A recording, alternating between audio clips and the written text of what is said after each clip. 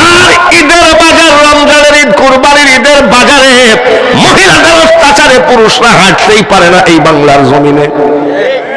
আপনাদের এখানে মনে হয় মেয়েরা বাজার করে না? করেনি? খুব বেশি। ঈদের বাজারে গেছি, কোন মহিলা ধাক্কা লাগছে, এই জায়গায় লিপস্টিক লেগে গেছে। আমার বউ বাড়ি গেছি তো কই গেছিলা? আমি বাজারে গেছিলাম। বলে বাজারে গেছিল? এটা কি? আমি সনব বউ, আমার পুরো রাগ করো না। ছোটবেলায় যখন আমি মুসলমানি দিই নাই, তখন আমার দাদাকে জিজ্ঞাসা করছি, দাদা কিয়ামত কবে হবে?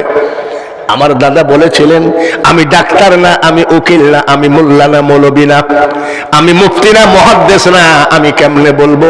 বলে দাদা বলো না। বলে মেয়ে মানুষ যেদিন তাইরে পুরুষকে গাছে তুলবে সেদিন কিয়ামত হবে। বর্তমান সেই পরিস্থিতি মনে হয় হয়ে আসছে।